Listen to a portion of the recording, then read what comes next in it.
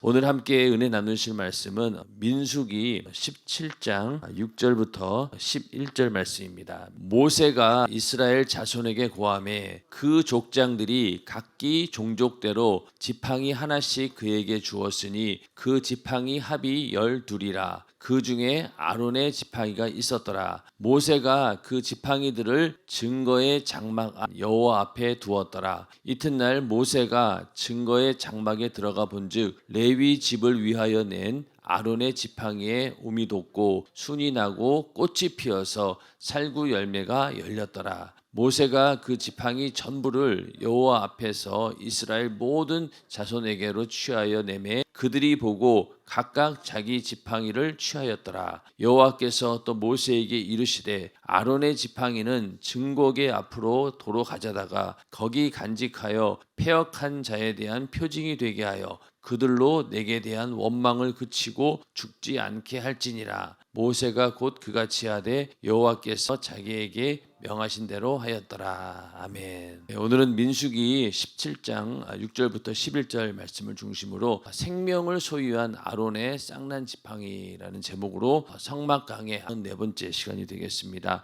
지금 우리가 공부하고 있는 부분은 법궤 가운데서도 마지막입니다. 생명을 소유한 아론의 쌍난 지팡이. 그리고 여기 6장 여기는 전체적인 상하원을 요약한 부분이기 때문에 5번까지 하게 되면은 일단은 성막 안에 있는 내용들은 다 마치게 됩니다. 그리고 이제 6장에 가서 여러 가지 제사에 대해서 공부하면은 성막 내가 거할 성소를 지으라 담임 목사님의 저서 2권이 다 끝나게 됩니다. 1월 1일부터 시작했는데 그래도 한 5월 안에는 끝나지 않을까 그렇게 생각이 들고요. 하여튼 끝까지 여러분들 성막 강의 함께 해주시길 바라고요. 자, 오늘 함께 나누도록 하겠습니다. 자, 오늘은 이 아론의 쌍난 지팡이가 왜 법궤에 들어가게 되었는지 그 이유에 대해서 배경 설명이 나오는데 하나님께서 법궤 앞에 아론의 쌍난 지팡이를 두어 간직하라고 하신 말씀은 구약성경 민수기 16장과 17장에 자세히 기록되어 있습니다. 가나안 땅 정복을 막 시작하려는 시점에서 레위 자손인 고라와 루벤 자손인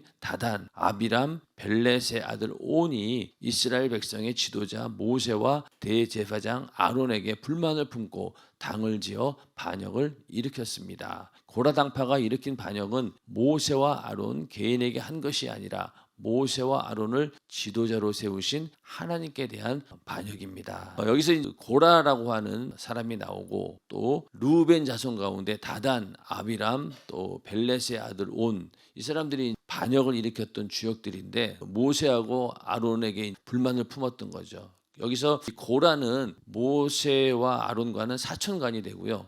또 아론 계열의 그 제사장에 수속이 되어서 성막에서 제사장들을 도와 봉사하고 또 이스라엘 백성들의 교육을 담당하는 그런 자들이었습니다. 그러니까 제사장에 속했긴 했지만은 제사를 직접적으로 하는 것은 아니고 도와주는 그런 사람들이었는데 이 사람들이 이제 아론의 그 대제사장 직분에 이제 탐을 내게 됩니다. 왜 너희만 뭐 아론의 자손 가운데 대제사장이 나오냐? 우리도 하나님 앞에 거룩함을 입은 자들이고 또 이렇게 성소에서 지금까지 봉사해 왔던 자들이기 때문에 너희와 우리가 다를 게 뭐가 있겠느냐? 이러면서 아론의 대제사장 직분에 탐을 내면서 반역을 하게 되었고요. 또 여기 보면 또 루벤 자손이 나오는데 이 루벤 자손은 야곱의 첫째 아들이잖아요. 루벤이. 그렇기 때문에 이 루벤 지파는 장자 지파입니다. 장자 지파. 그런데 이 장자 지파로서 그만한 대우를 받지 못했다고 생각했던 거예요. 그래서 이번 기회에 우리가 이 장자 지파로서 명예와 지위를 회복하자 그런 의도를 가지고 이제 반역을 하게 된 겁니다. 그러니까 아론의 대제사장의 직분을 탐낸 자들은 바로 아론 계열의 제사장에 속했던 자들이고 또 루벤 자손은 나름대로 이 아론의 대제사장의 직분을 탐낸 자들은 어떤 면에서 종교적인 그런 기득권을 자기네들이 가지려고 했고 또 루벤 자손들은 어떤 의미에서는 정치적인 그런 기득권을 얻기 위해서 이렇게 반역을 일으키게 됩니다. 그래서 그 제사장들 가운데는 제사를 직접 집례하는 사역도 있지만은 일반 레위인들은 제사장을 도와 제사에 필요한 이게 허드렛 일을 하고 있었습니다. 그런데 그 레위인들 중에서 오직 아론의 후손들만 제사장이 될 수 있었습니다. 여기에 이제 불만을 품었던 것이죠. 그렇게 해서 이 고라당파에 참여했던 자들이 다음에 나오겠지만은 한 250명 정도의 족장들이 다 거기에 참여하게 됩니다. 그래서 하나님께서 진노하심으로 땅을 갈라지게 하여 고라당파를 삼키게 하시니 그들이 총회 중에서 망하고 맙니다. 자, 여기서 이 반역이 왜 이렇게 무서운 반역이었냐면은 모세와 아론이 뭐 자기네들이 뭐 투표해가지고 세워진 인물도 아니고 그렇지 않습니까? 인간적으로 세워진 그 사람들이 아니라 하나님께서 일방적으로 모세와 아론을 지도자로 세우셨고 그들을 통해서 이스라엘 백성들을 애굽에서 구해내지 않았습니까? 그러니까 이거는 모세와 아론을 지도자로 세운 하나님께 대한 반역인 거예요. 그래서 오늘날 우리도 직분을 맡았다라고 하면은요 성령께서 감동하심으로 그러니까 우리가 임명장을 받고 내가 직분을 맡았다라고 하면은 그만큼 하나님께서 세우신 직분입니다. 그렇기 때문에 그 사람이 부족하거나 또 그런다 할지라도 하나님이 세우신 직분이기 때문에 만약에 그 직분에 대해서 불순종하고 도전한다라고 하면은 하나님에 대한 불순종이고 또 도전이 되는 거예요. 그렇기 때문에 우리가 직분을 맡은 자도 정말로 그 두렵고 떨리는 마음으로 그 직분을 감당해야 되는 것이고 또 그 직분을 세우신 직분자들을 섬기고 또 따르고 복종하는 것도 우리들의 의무가 되는 거죠. 만약 잘못하면 이렇게 엄청난 하나님께 대한 반역이 된다는 거예요. 그래서 무서운 겁니다. 그래서 그 결과 하나님께서 땅을 갈라지게 했다는 거예요. 그래서 이스라엘 백성들에게 향로는 뭡니까? 번제에다 불을 붙이는 그 향로인데 향로를 다 가져오라는 거예요. 20개를 그러니까 다 가져왔더니만 250개가 된 겁니다. 250개를 가지고 하나님 앞에 딱 왔고 그러고 나서 너희가 어느 편에 설 것인가 했을 때 다 이제 그 고라당파에 속했던 그 가족들은 이쪽에 있었고 나머지 이제 이스라엘 백성들은 있었는데 그 모세가 말하자마자 이제 곧 땅이 갈라져서 이 반역한 자들이 죽게 될 것이다 했더니만 그 말을 하자마자 그냥 땅이 쫙 갈라져 버린 거예요. 여기 땅이 쫙 갈라져 버리면서 먼저 그 고라 그 가족들 처음에 반역했던 그 사람들이 먼저 땅이 갈라지면 다 죽어버렸고 그 다음에 또 하나님께서 그 250명 향로를 가져왔던 250명의 족장들도 그 자리에서 불을 내려가지고 다 소멸해 버리신 거예요. 이게 사실은 책으로 글자로 기록돼 가지고 그런가 보다 하겠지만은 실제 상황이라 생각해 보세요. 그 자리에서 그냥 모세가 말하자마자 그냥 땅이 쫙 갈라져 가지고 고라당파 싹 다 그 자리에 땅에 들어가 죽어버리고 또 250명의 족장들 거기에 동조했던 족장들 250명이 그냥 그 자리에서 하나님의 불이 내려와서 죽어버린 거예요. 이게 얼마나 엄청난 큰 재앙입니까? 그런데 이스라엘 백성들이 얼마나 어리석었냐면요. 이렇게 하나님의 엄청난 심판의 재앙을 보면서도 어떻게 행동했냐면은 온 회중이 모세와 아론을 원망했다는 거예요. 너 때문에 이렇게 많은 사람이 죽었어. 너 때문에 우리 이스라엘 민족이 이렇게 엄청나게 큰 재앙을 얻은 거야. 이러면서 거기서 또 원망한 거예요. 그러니까 하나님께서 그 사실에 대해서 진노해서 뭐가 시작이 되었냐면 연병이 시작된 거예요. 연병이 이스라엘 전체에 돌게 되었고 그로 인해서 결과적으로 14,700명이 죽었습니다. 엄청난 거죠. 그러니까 14,700명이면은 지금도 만약에 이만큼 사람이 죽었다 그러면 아마 난리 날 겁니다. 전 세계적으로. 그러니까 이 이스라엘 백성 얼마 안 되는 백성들 가운데 14,700명이 그냥 연병으로 죽은 거예요. 그러니 처음에 고라당파 땅이 갈라져서 죽고 그리고 거기에 동조했던 족장들 250명이 그대로 다 죽었고 또 거기다가 연병으로 14,700명이 죽은 거예요. 그러니까 엄청나게 많은 사람이 죽은 거죠. 그러고 나서 하나님께서 너희가 그 썼던 그 향로는 하나님께 거룩한 것이니까 향로를 전부 다 수거해가지고 그거를 다 녹여가지고 번제단에다가 그걸 이제 붙이게 만듭니다. 그러고 나서 영원히 하나님께서 그걸 보여주면서 번제단에서 제사 드릴 때마다 이런 일이 있었다라는 것을 기억하게끔 만들었다는 거예요. 그 정도로 하나님의 엄청난 진노가 이 반역을 통해서 일어난 겁니다. 그러고 나서 이제 뒤에 하나님께서는 이스라엘 백성이 더는 대제사장 아론을 얕보지 못하게 하고 하나님께 대한 원망을 쏟아내지 못하게 하려고 12지파의 지팡이 하나씩을 가져오게 하여 그 지팡이에 족장의 이름을 써서 법궤 앞에 두라고 하셨습니다. 거기다가 마지막으로 이제 또 그 지팡이를 가져오게 합니다. 각 지파에 지팡이 하나씩을 가져오게 하고 그 지팡이에다가 족장의 이름을 다 썼다는 거죠.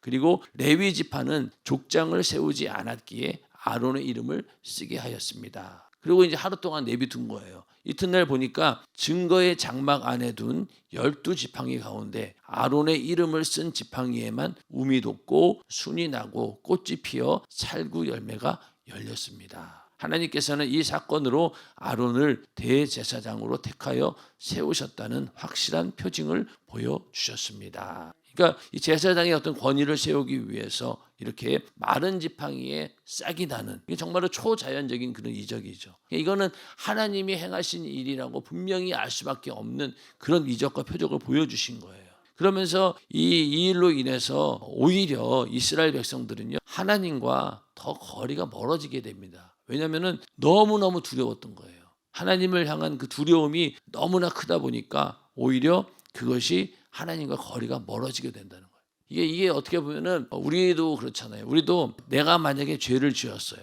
그러면은 내가 죄를 지은 내가 잘못이고 내가 그만큼 하나님과 멀어졌음에도 불구하고 하나님께서 나를 멀리 하신다라고 오해하는 거예요.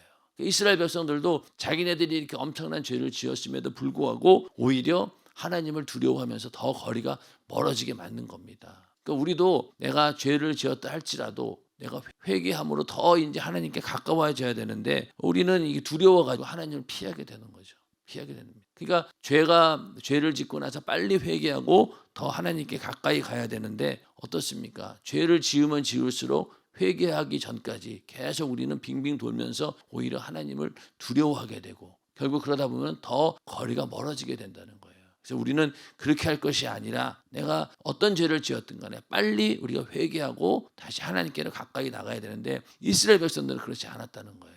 오히려 점점 거리가 멀어지게 되고 두려운 하나님. 그래서 이제는 그 하나님 앞에 서는 것조차 두려워했던 거예요. 그리고 그러다 보니 막 야 아론 네가 시내산에 올라가서 하나님을 만나라. 우리는 저기 내려가 있을게. 그 정도로 이스라엘 백성들이 하나님을 두려워하게 되었다는 겁니다. 이 모든 것들이 바로 하나님의 권위에 도전했기 때문에 그런 결과가 나왔던 것이죠. 그래서 이렇게 여기에서 아론의 쌍난 지팡이를 그때부터 이제 보관하라고 한 것이죠. 그래서 하나님께서는 이 사건으로 아론을 대제사장으로 택하여 세우셨다는 확실한 표징을 보여주신 겁니다. 그러고 나서 이 아론의 쌍난 지팡이를 계속 보관하고 있어라. 이게 이제 절대로 너희는 그 대제사장의 권위에 도전해서는 안 된다라는 것을 확실히 보여주었던 것이죠. 그래서 이 원래 법궤에는 십계명을 기록한 두 돌판하고 또 만나 항아리하고 아론의 쌍난 지팡이를 보관하게 되어 있습니다. 그런데 이제 가나안에 정착한 다음에 사사 시대를 거치면서 이 만나 항아리와 아론의 쌍난 지팡이가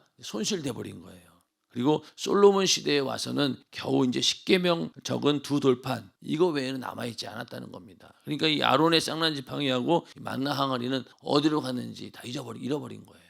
그러니까 결국 두 돌판만 남아 있었는데 그것도 지금 보이지가 않는 거죠. 이게 만약에 남아 있었다라고 하면은 엄청난 유물이 되겠죠. 근데 없어요. 없습니다. 그래서 이처럼 구약 시대에는 레위 지파 중에서도 아론의 혈통이 제사장이 되었습니다. 제사장은 이스라엘 백성이 잘못한 죄를 대신 짊어지고 하나님께 나아가 제사를 드렸으며 제사가 상달하지 못하면 현장에서 죽을 수도 있었기에 제사장은 목숨을 들고 제사를 지냈습니다. 이 대제사장 직분을 그렇게 탐냈지만은 사실은 이 직분을 감당할 때 위험이라고 하는 것은 목숨 걸고 이 직분을 감당했어야 되는 거거든요. 왜냐하면은 잘못 그 제사가 만약에 하나님께 상달되지 않으면은 죽을 수도 있었고 또 실제로 그 아론의 두 아들이 어떻게 되었습니까? 다른 불로 하나님께 드리다가 그 자리에서 즉사했어요. 자기 큰아들하고 둘째 아들이. 그러니까 이 제사장 직분이 뭐 대단한 것 같지만 어떻게 보면은 이 정도의 죽음을 위협하고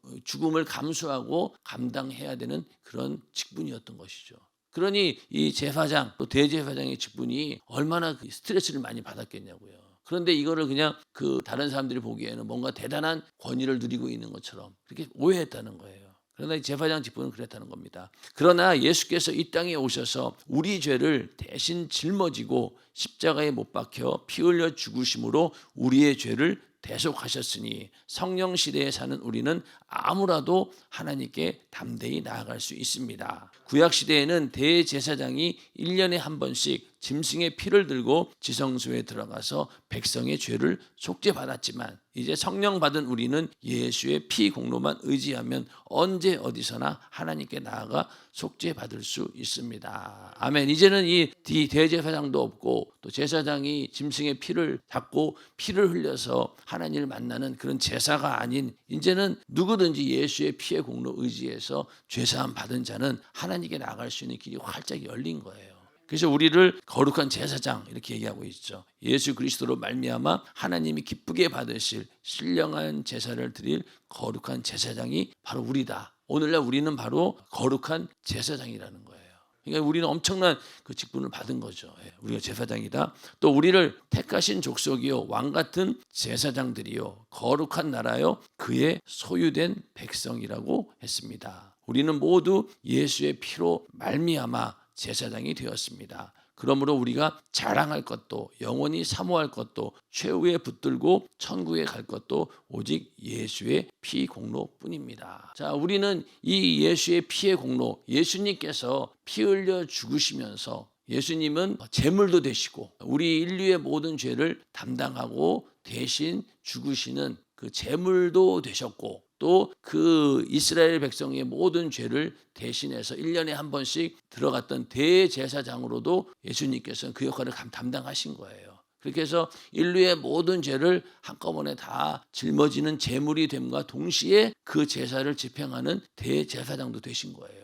그러면서 예수님께서 십자가에 달려 죽으시고 살을 찢고 피 흘려 죽으시면서 다 이루었다라고 할 때 이제는 과거의 이 모든 구약의 제사는 다 사라지게 되었고 이제 예수를 통해서 하나님께 담대히 나아갈 수 있게 된 겁니다. 그러니까 오늘날 우리가 예배 드리는 것도 이제는 내 안에 이런 예수의 피의 공로가 있기 때문에 하나님께 나아갈 수 있는 그런 권리를 얻었기 때문에 거룩함을 얻었기 때문에 우리가 하나님께 예배 드릴 수 있고 하나님을 아버지라고 부를 수 있다는 거예요. 그래서 여기 베드로전서 2장 5절에 신령한 제사를 드릴 거룩한 제사장. 그래서 이때부터 우리는 신령과 진정으로 예배를 드리는 자가 되었습니다. 인정하시면 아멘 하시기 바랍니다. 그러니까 우리는 이때부터 거룩한 제사장으로서 신령과 진정으로 하나님께 예배하는 자가 되었다는 겁니다. 그러니까 우리는 엄청난 직분을 가진 자들이 하나님을 마음껏 만날 수 있는 그러니까 구약시대 사람들이 우리를 보면은 엄청나게 부러워할 수밖에 없는 거예요. 어떻게 저런 지위를 얻었을까? 저런 하나님의 자녀가 될 수 있을까? 그들은 하고 싶어도 안 된 거죠. 구약시대 사람들은 아무리 바라보고 사모했지만은 하나님의 자녀가 될 수 없는 거예요. 그러니까 천국에 가면은 침례 요한보다 우리가 큰 자라고 하잖아요. 모세보다도 어떤 면에서 우리가 큰 자들이에요. 우리 하나님의 자녀이기 때문에. 그만큼 이 예수의 피의 공로가 대단한 겁니다. 이게 있었기 때문에 우리가 천국에 들어갈 수 있는 것이고 하나님께 예배할 수 있다는 겁니다. 그래서 예수의 피 공로만 붙들게 되면 귀신도 비켜라, 저주도 비켜라, 질병도 비켜라, 죄악도 비켜라, 지옥도 비켜라 하고 당당히 명령할 권리가 있습니다. 우리는 예수의 피를 가지고 살며 또 이 피를 운반하는 제사장입니다. 이 피를 우리는 운반하는 제사장이라는 거예요. 예수의 피가 없이는 우리는 존재 가치가 없어요. 존재 가치가 없어요.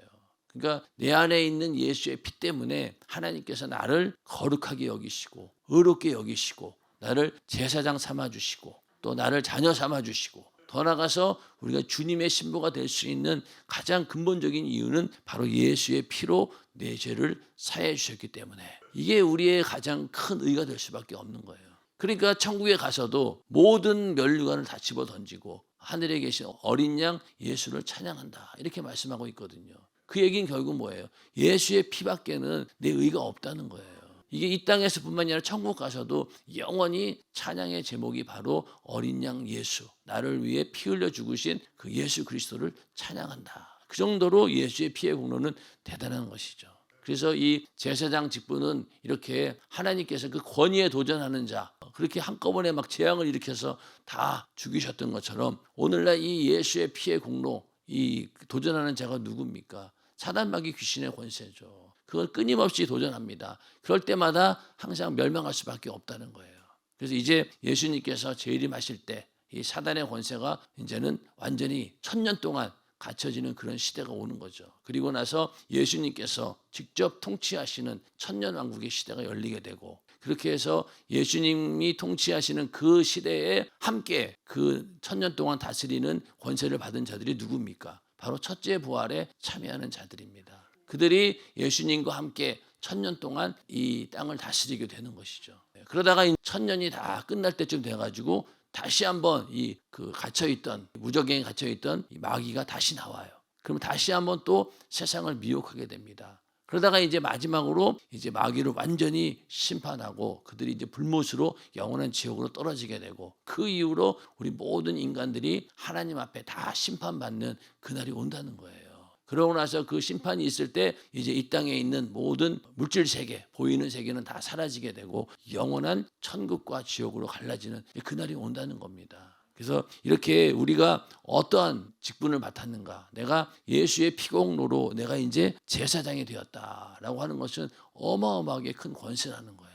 고라당파가 이걸 얻기 위해서 그렇게 하나님을 도전했잖아요. 그럼에도 얻지 못했지만은 우리는 하나님께서 예수의 피의 공로로 우리에게 그 직분을 주신 겁니다. 감사한 일이죠. 이 앞에 악한 귀신도 떠나고 저주도 떠나가고 질병, 죄악, 지옥까지도 다 떠나가 버리는 그런 아주 엄청난 권리가 우리 안에 있다는 것입니다. 그래서 우리는 나는 바로 예수 그리스도로 말미암아 하나님이 기쁘게 받으실 신령한 제사를 드릴 거룩한 제사장이다라는 그런 자부심과 또 그런 믿음을 가지고 오늘도 담대하게 어떻게든 이 권위를 도전하려고 하는 약한 사단 마귀의 권세 가운데서 우리가 승리하는 우리 모두가 되기를 주님의 이름으로 축원합니다. 그래서 그 권리가 어디에서 나오느냐? 바로 예수의 피공로, 거기에서 나온다. 그래서 우리가 예수의 피를 찬양하고 영원토록 내 할 말 예수의 피밖에 없네. 나의 의는 이것뿐 예수의 피밖에 없네. 이 고백은 예수의 피가 실제로 그러니까 그거 외에는 내세울 게 없는 거예요. 그러니까 예수의 피를 가진 자들은 겸손할 수밖에 없는 것이, 나만 예수의 피를 가졌습니까? 옆에 있는 예수의 피의 공로로 구원받은 자들도 똑같이 그 피를 가진 자들이잖아요. 그러니까 그 사람을 존중할 수밖에 없고 나나 똑같은 거예요. 그러니까 뭐 사람 위에 사람이 있을 수가 없죠. 다 예수의 피의 공로로 구원받은 자들이고 그 사람이나 나나 다를 바가 전혀 없다는 거예요. 그렇기 때문에 겸손할 수 있고 모든 사람들을 주님처럼 섬길 수 있는 이유도 그 속에 예수의 피가 있으니까, 그걸로 인해서 우리는 모든 사람들을 정말로 주님처럼 잘 섬길 수 있다는 겁니다. 그리고 이 예수의 피를 우리가 가지고 살아야 되고 또 이 피를 운반하는 제사장이 되어야 된다. 복음을 전한다라고 하는 것도 그거잖아요. 복음 전하는 그 복음에는 뭐가 있습니까? 바로 이 예수의 피에 대한 소식이 있는 거죠. 이미 모든 인류는 이 예수의 피의 공로로 죄사함을 받았습니다. 이미 과거형이에요.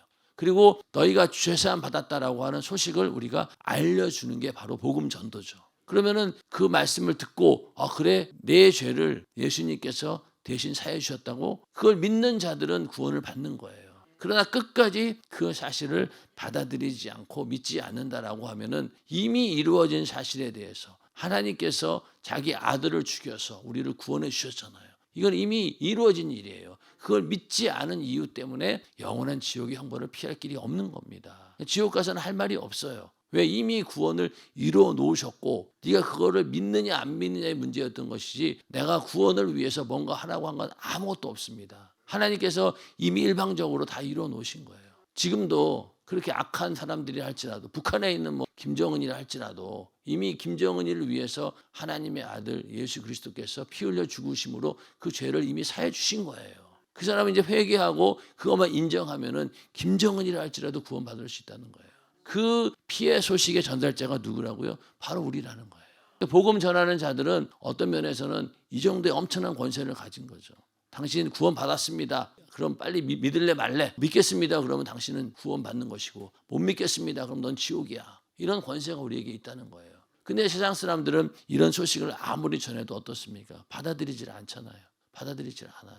어린아이들도 얼마나 마음이 강팍한지 그렇게 복음을 전하고 예수 믿으라고 그래도 여기 와서 방방에 탈 때는 즐겁게 놀다가도 복음 전하면 딱 꼬리를 감추고, 또 어떤 애들은요 그 안에서 막한 그 마귀 역사를 막 해요. 복음을 비방하고 욕하고, 그리고 막 여기 있는 그 찬양을 계속 틀어놓거든요. 근데 그걸 막 코드를 뽑아요. 참 생각지도 않은 일들이 벌어지는 거 보면은 그 안에 악한 마귀 역사가 복음을 듣지 못하도록 방해한다는 거예요. 그래서 여기 지금 방방이 타러 오는 아이들이 하루에도 뭐 몇십 명씩 와요. 근데 그 아이들의 마음이 너무 강박한 거예요. 그들에게 복음을 전했지만은 그들이 정말로 살아계신 하나님을 만날 수 있는 그런 길이 트여져야 되는 거죠. 그리고 분명히 언젠가는 그 아이들도 아무리 어리지만은 마음의 상처도 있을 것이고 또 그 아이들을 가만히 보면은 가정에서 이렇게 상처받은 아이일 것 같다라는 그런 생각이 드는 아이들도 있어요. 그런 아이들을 보면서 언젠가는 저 상처나 그들이 가지고 있는 아픔을 하나님과 만남을 통해서 이게 해결되면 좋겠다. 그런 믿음을 가지고 이제 기도를 하는 겁니다. 그래서 오늘 이 한마음 잔치 때도 그 아이들이 더 많이 와서 복음을 듣고 이번에는 정말로 살아계신 하나님을 만나기를 바라는 마음으로 잔치도 준비했고 또 더불어 이웃에 있는 많은 지역 주민들도 이곳에 와서 좋은 시간을 보내면서 복음을 듣고 예수 믿기를 간절히 바라는 마음으로 이런 행사들을 하는 겁니다. 그래서 우리는 이 예수의 피를 운반하는 제사장이다라는 그런 믿음을 가지고 우리에게 주어진 삶 가운데 환경 가운데 어떻게든 이 복음을 전해서 많은 영혼들을 살리는 우리 모두가 되기를 주님의 이름으로 축원합니다.